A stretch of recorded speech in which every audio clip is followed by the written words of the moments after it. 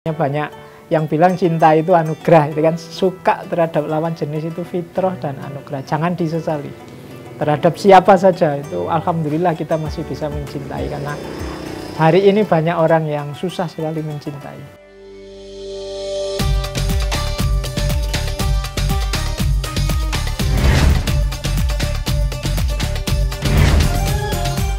Assalamualaikum warahmatullahi wabarakatuh. Kembali di Cahaya untuk Indonesia. Jadi kemarin kita sudah bahas harta, tahta, dan sekarang kita bahas yang ketiga, yang viral ini, wanita. Pak Faiz, tentang wanita, Pak Faiz. Nah, kalau secara filosofis, memandang wanita itu gimana? Jadi, mungkin lebih pasnya itu kalau saya bukan wanita, tapi lawan jenis. Jadi bisa wanita, bisa pria. Pria juga bisa godaan buat wanita, wanita juga bisa jadi godaan. Jadi yang sering dipermasalahkan dari harta tahta wanita itu kan aspek godaannya ini. Yeah. Yang menggoda kemudian membuat orang keluar jalur. Tidak lagi di jalur yang lurus, tapi di jalur yang belok-belok. Maka sebenarnya ya tidak hanya wanita, pria juga. Iya. Kecenderungan hati pada lawan jenis, baik pria maupun wanita, itu sebenarnya fitrah. Itu catatan ini ya, jangan menyesali diri kalau jatuh cinta, kalau suka dengan lawan jenis. Jadi makanya banyak yang bilang cinta itu anugerah, itu kan suka terhadap lawan jenis itu fitrah dan anugerah. Jangan disesali. Terhadap siapa saja itu alhamdulillah kita masih bisa mencintai, karena hari ini banyak orang yang susah sekali mencintai. Isinya membenci dan membenci. Maka berterima kasihlah oleh Allah masih dianugerahi cinta. Cuma kemudian problemnya cara kita mengelola cinta ini. Jadi cara kita, kalau sudah hati kita jatuh pada perempuan, pada wanita, yang perempuan juga pada laki-laki, selanjutnya bagaimana? Kan ini yang sering kalau tidak hati-hati terus keluar jalur. Tapi yang dimaksud keluar jalur gini, ini nabrak yang dianggap benar dan baik oleh masyarakat. Nah, kemudian yang penting juga untuk kita tahu Pak Faiz, gimana cara memilih pasangan, Pak. Yang wanita milih pria, yang pria milih wanita. Nah, yang baik itu yang seperti apa? Oke, ya sebenarnya nomor satu paling utama, kita pilih yang ada passionnya, ada rasanya. Ada rasanya. Ya, kalau tidak ada rasanya nanti hambar. Dalam agama bahkan disebut tidak hanya mahabbah, tapi mahabbah yang sangat dalam namanya mawaddah. Bahkan juga lebih dalam dan luas lagi namanya rahmah. Hanya sampai level itu nanti kita bisa hadir pada wilayah namanya sakinah. Itu berarti kan harus ada passion, harus ada rasa. Ya. Dan sebelum lanjut Pak Faiz, minta penjelasan sedikit Faiz.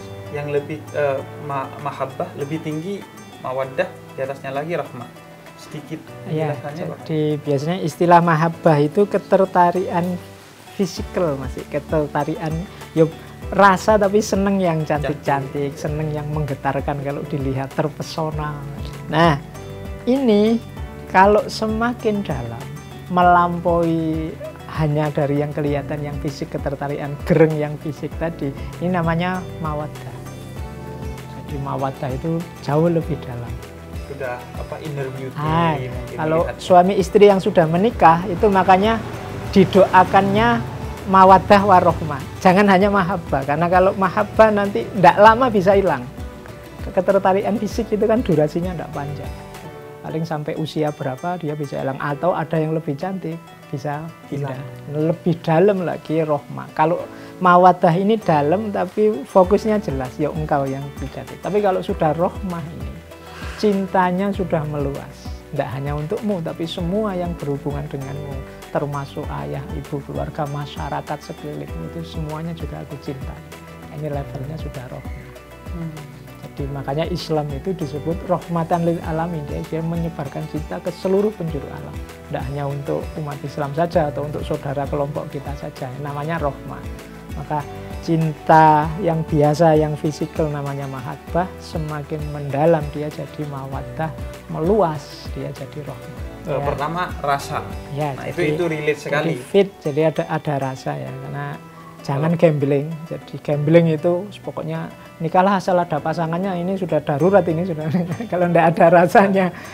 Kayak nikah kan jangan coba-coba. Iya, harus ada rasa. Iya. Setelah itu ada rasa, boleh kita pinjam petunjuk-petunjuk tertentu agama. Agama kan selalu bilang, lihat fisik cantiknya, lihat hartanya, lihat nasabnya, dan yang puncaknya lihat agamanya kan itu. Boleh juga ini kita pakai standar. Tapi ada 4 ini pun kalau tidak ada rasa, menurut saya ya jangan nekat. Ya. Nah, yang ingin saya sampaikan itu, ini 4 ini biasanya kan yang ditekankan agama. Iya.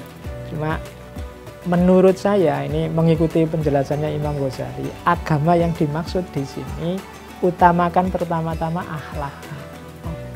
Ya, jadi kita cari akhlak, jadi karakternya.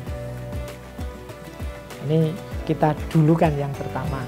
Baru setelah itu mungkin parameter keberagamaan yang lain. Setelah itu boleh hartanya, setelah itu boleh cantiknya, setelah itu boleh nasabnya. Nah, mungkin tidak ada yang lain, 3 yang lain boleh asal agamanya. Maksudnya berarti pilih yang akhlaknya. Berarti kalau diurut sejak awal tadi, ya rumusnya ada rasanya, karakter pekerti akhlaknya baik. Nah, setelah itu sisanya silahkan nambah sendiri, tidak masalah. Oke, terima kasih Pak Faiz. Ya. Dan akhirnya kita tercerahkan bahwa kuncinya adalah harta, tahta, wanita atau pria itu bisa jadi ujian, bisa jadi juga kebaikan bagi kita. Tergantung bagaimana di episode waktu itu tentang harta, Pak Faiz bilang tergantung diri kita dalam melihat. Nah, karena itu diri kita harus tercerahkan dalam melihatnya, harus punya cahaya sebagaimana nama channel ini. Nah, itu sekaligus akan menjadi tema pemungkas saya dengan Pak Fahrudin Faiz ngomongin tentang cahaya. Ini menarik secara filosofis gimana. Di episode 7 menit cahaya untuk Indonesia selanjutnya. Selamat berbuka dan wassalamualaikum warahmatullahi wabarakatuh.